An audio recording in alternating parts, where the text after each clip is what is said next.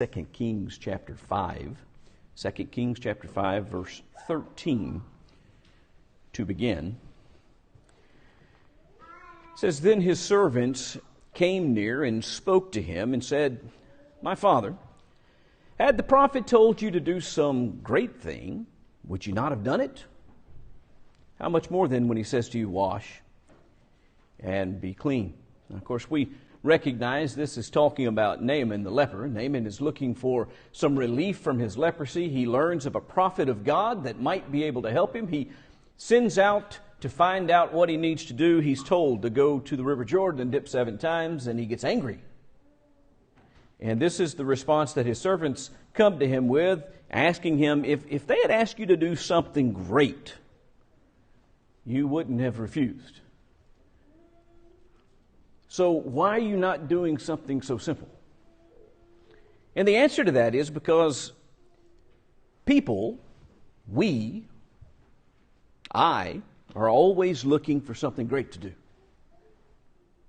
We're always looking for something that makes a mark, for something that causes people to take notice. We're looking for something extravagant. We're looking for something grand. We're looking for something big. Barna organization, or I guess they call themselves the Barna Group, did a study a while back, and the results of that study have been released, and they asked this question: I wish I had a clearer understanding of how I should use my gifts and talents to serve God. They asked that question of people who profess to be Christians, both of those who are not currently practicing and of those who are practicing. I'm not sure how they define practicing Christians on this particular question. Sometimes they define it by attend services weekly, and sometimes they define it by attend services at least once a month. But someone who is regularly, in some degree, engaged with a local church. And this is how it broke down. 36% of practicing Christians said that they agreed strongly with the statement, I wish I had a clearer understanding of how I should use my gifts and talents to serve God. It's not a lack of wanting to do something. That's not the problem. It's that people don't see what it is they should do because they're wanting to do some great thing. They want something that captures the attention. They want something that, I don't know, I hesitate to offer motivation, but I can't help but think that we want something. We want something that makes us look good. We don't need some great thing. We need something simple. He doesn't need us to do something great. He needs us to do something with what we are, with what we have. Turn to the book of Exodus for a moment. We're going to look at several passages out of the book of Exodus. We're going to start in chapter 4.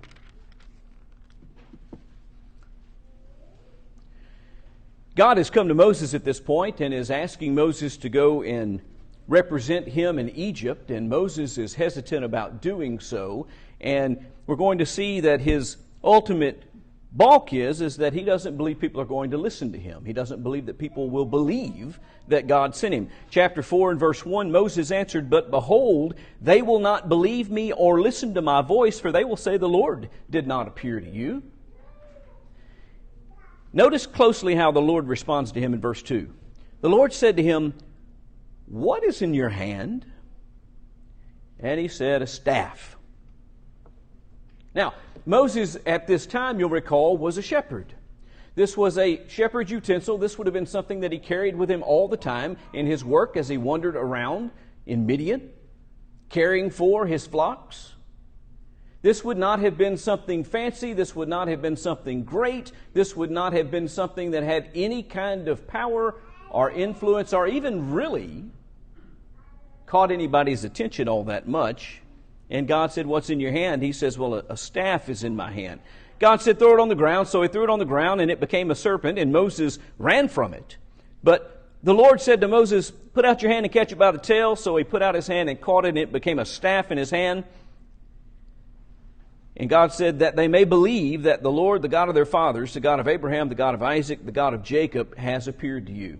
Now, there's a couple of things that I want to make notice of here. I'm not real sure just how turning this staff into a snake and turning it back into a staff would necessarily prove to anyone that didn't want to believe that it was God that sent him, that God had sent him. This was the kind of thing that magicians could replicate through their magic arts. And in fact, this was the kind of thing that magicians did replicate through their magic arts. So this was not some great sign that God had for him. And it wasn't some great staff, and it wasn't some amazing circumstance. What God was saying to him is, don't worry about it, Moses. Who you are is enough. What you can do is enough. Don't worry about whether you're slow of speech. Don't worry about whether people will listen to you. Don't worry about those things. I chose you with what you had. And I'll use you with what you have. Look at verse 17 of chapter 4. Take in your hand this staff with which you shall do the signs. And God said, I'm going to have some signs for you to do, and we're going to use this staff to do them. Now, I want you to keep in mind that there's nothing magic about the staff. This isn't a magic wand. This isn't going to empower Moses to do anything. It essentially is a prop to help Moses and to teach, I think, us and Moses an extremely important lesson about God, the power of God and how God works. Turn to chapter 7 in verse 15. Go to Pharaoh in the morning.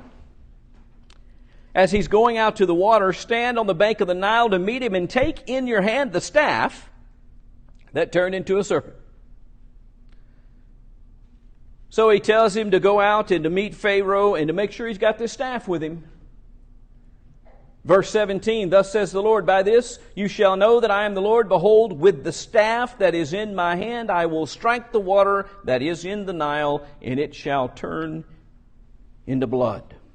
And verse 19, the Lord said to Moses, say to Aaron, take your staff and stretch out your hand over the waters of Egypt, over the rivers, their canals, their ponds, and all their pools of water, so that they may become blood. And there shall be blood throughout all the land of Egypt, even in the vessels of wood and in the vessels of stone.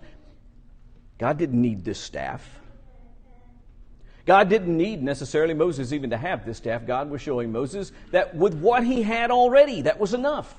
He didn't need some great thing. He needed to just do what he was told to do, to serve in the way that he was called to serve. Chapter 8 and verse 5. The Lord said to Moses, say to Aaron, stretch out your hand with your staff over the rivers, over the canals, over the pools, and make frogs come up on the land of Egypt. Again, the staff. Verse 16. The Lord said to Moses, say to Aaron, stretch out your staff. Strike the dust of the earth so that it may become gnats in all the land of Egypt. Chapter 9 and verse 23.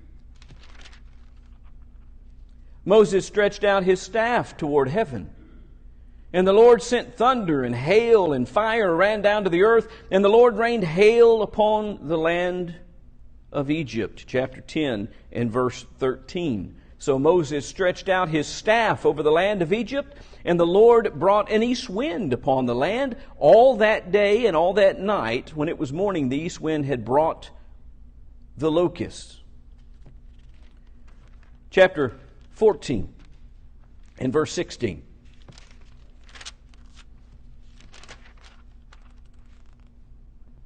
Lift up your staff.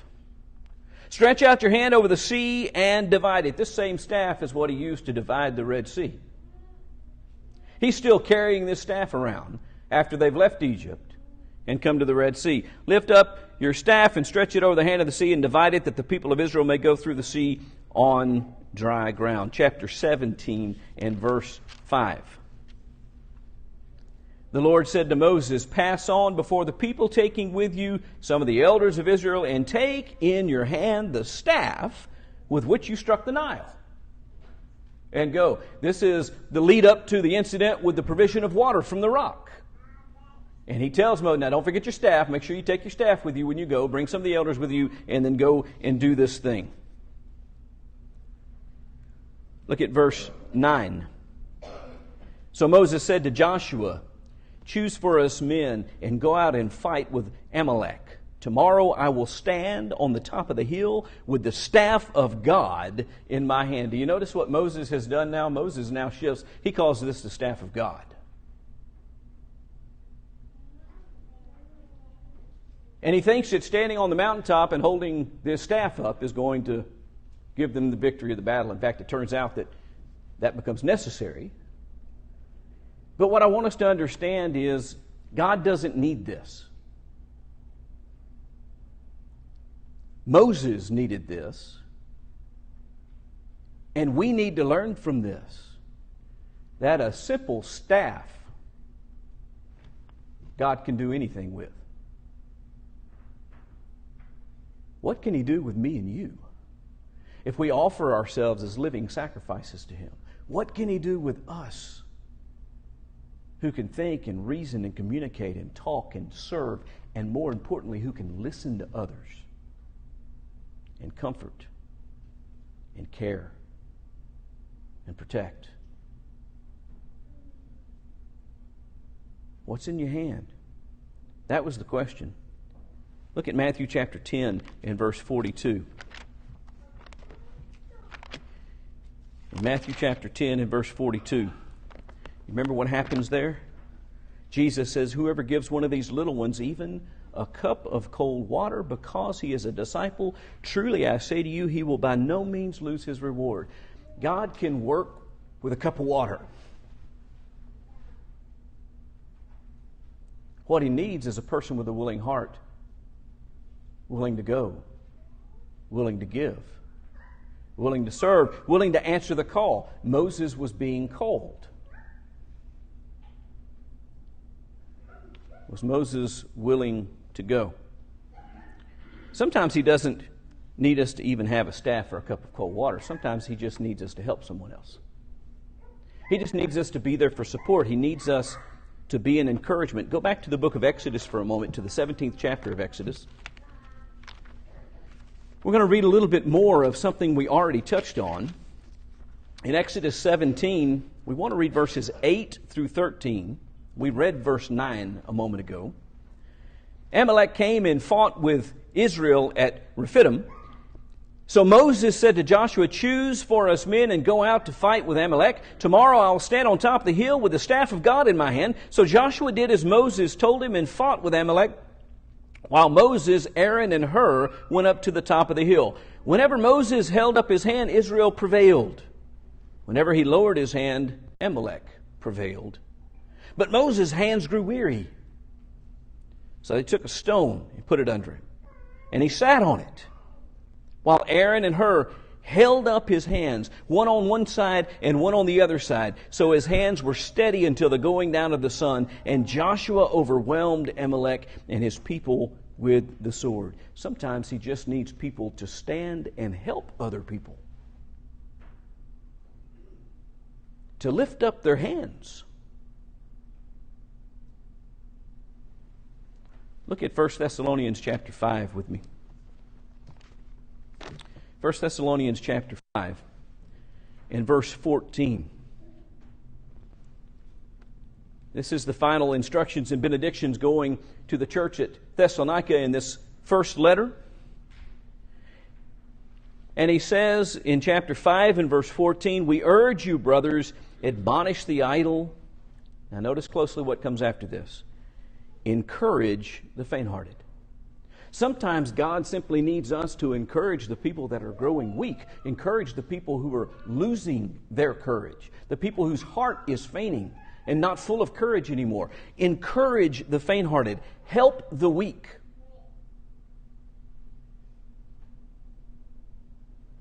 Be patient with all. He doesn't need me to have a staff. He doesn't need me to have a cup of cold water. He needs me to have concern and care for the people around me. He needs me to be there to help them. He needs me to be patient. Romans chapter 15. If you'll turn to Romans 15 with me, verses 1 and 2. We who are strong have an obligation. I really enjoy the way that this particular translation reads there. We have an obligation. This isn't a choice. This isn't something we can do or we cannot do. This is an obligation. This is something that we're required to do. We are strong, have an obligation to bear with the failings of the weak and not to please ourselves. Let each of us please his neighbor for his good, to build him up. God doesn't need us to do something great. He needs us to see the people around us and to bear them up and lift them up and strengthen them and bear up under them and wait patiently and be the rock that they can sit on for a while. Be the ones holding up their arms when they're too weary to go on. What he needs in these cases is not what's in our hands. He needs our hands to be empty and ready to be filled. Filled with work. Nothing flashy about it. It's not going to get you great recognition. They're not going to write newspaper stories about you. They're not going to send a TV crew out after you. You're not going to get a Medal of Honor from the Congress of the United States, nor will you get the key to the city of Lafayette because you help the weak and you bear up patiently with their failings and you lift their hands and you give them a cup of cold water. You're not going to get recognition for any of that from any man, but you know who you will be? You'll be getting recognition from God.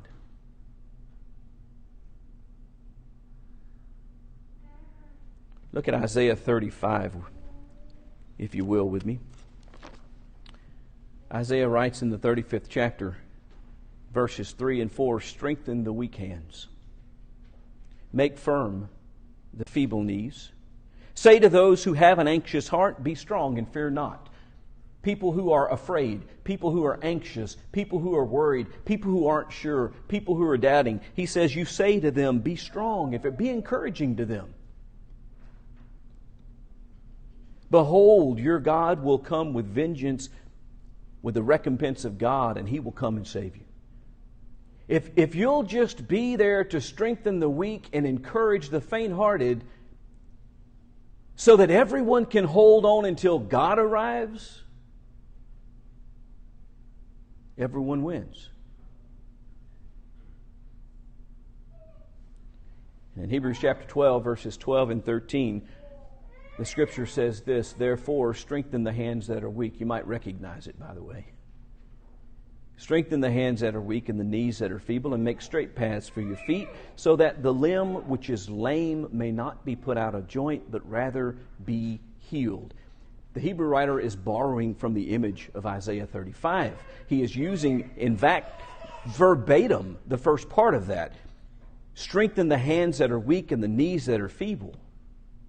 Then he says, make straight paths for your feet so that the limb which is lame may not be put out of joint, but rather be healed. In other words, behave and act in a way that you help heal people rather than contribute to their damage and destruction. So that the limb which is lame may not be put out of joint, but rather be healed.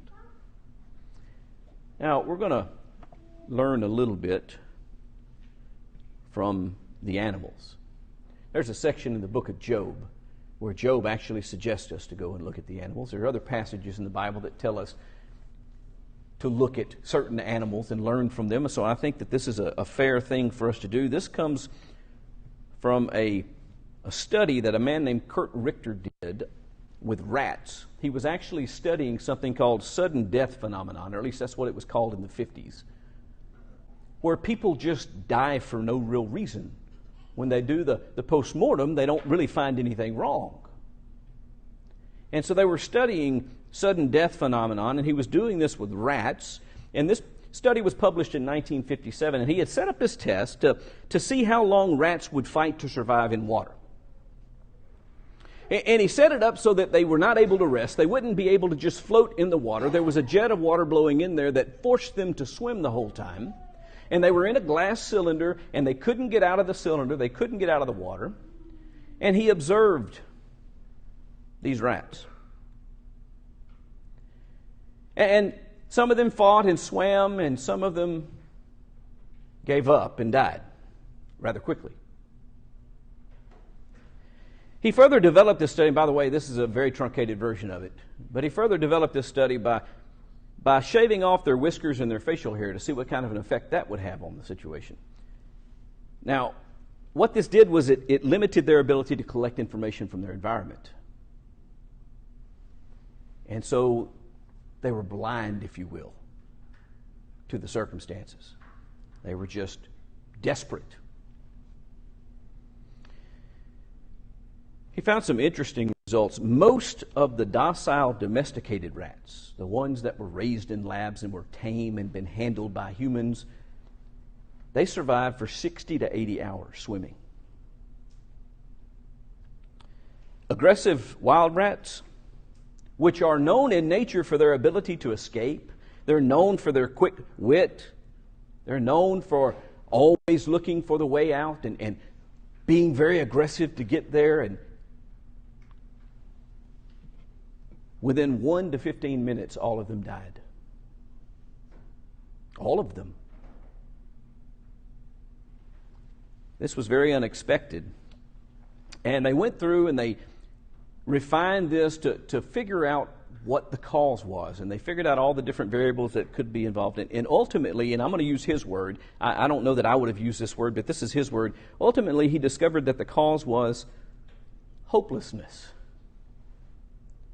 These wild rats were in a situation that they had never been in before.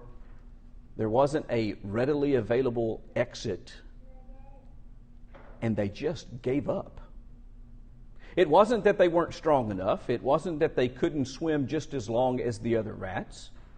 They just gave up. What they did, interestingly enough, after just a little bit of time in the water swimming, they actually dove down into the water and nosed around the base of the glass cylinder and never resurfaced. Just gave up. So, they decided to carry this a little bit further. And they had carefully timed and watched during this experiment, and so they knew when to rescue the wild rats. And so another batch of wild rats were brought in, and they put them in the water, and they were doing the exact same thing, but at the last second, they would retrieve them out of the water and hold them for just a couple of seconds, and then put them back in the water. And after doing that a few times, long enough to condition them to realize that there was a possible way out,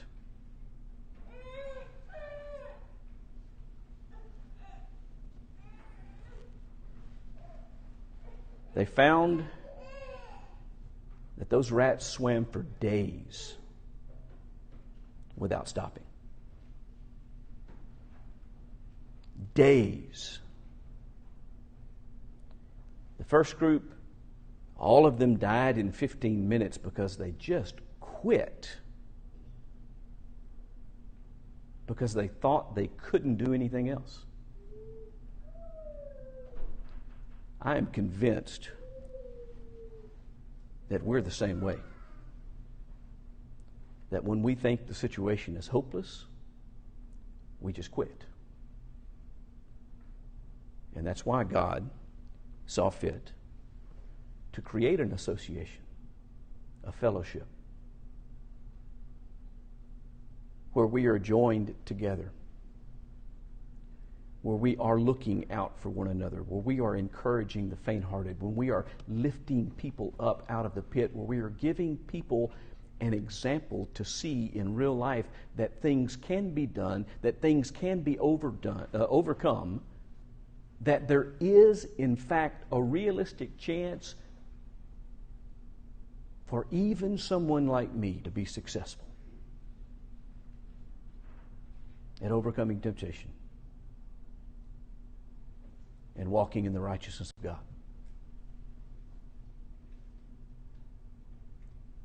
And if we show that, then we're providing that hope that makes people swim for days instead of giving up after minutes. I want to turn your attention to one more passage, and the lesson will be yours. Turn to Ecclesiastes chapter 4 with me, if you would, please. Ecclesiastes chapter 4. And look with me starting in verse 9.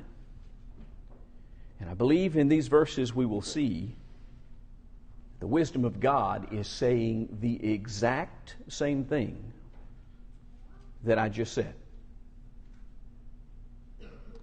2 are better than 1, because they have good reward for their toil. For if they fall, one will lift up his fellow. But woe to him who is alone when he falls and has not another to lift him up. Again, if 2 lie down together, they keep warm, but how can one keep warm alone? And though a man might prevail against one who is alone, 2 will withstand him. A threefold cord is not quickly broken.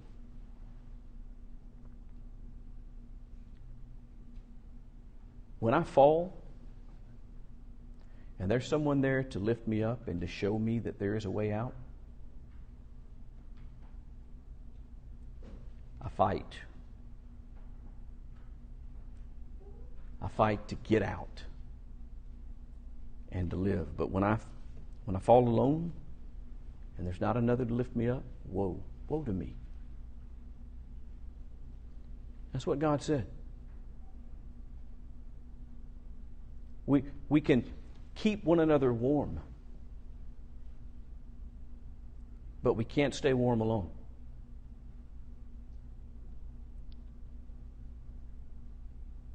The devil may prevail against us if we're alone.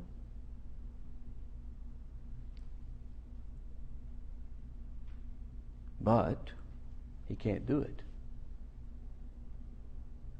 if we're together.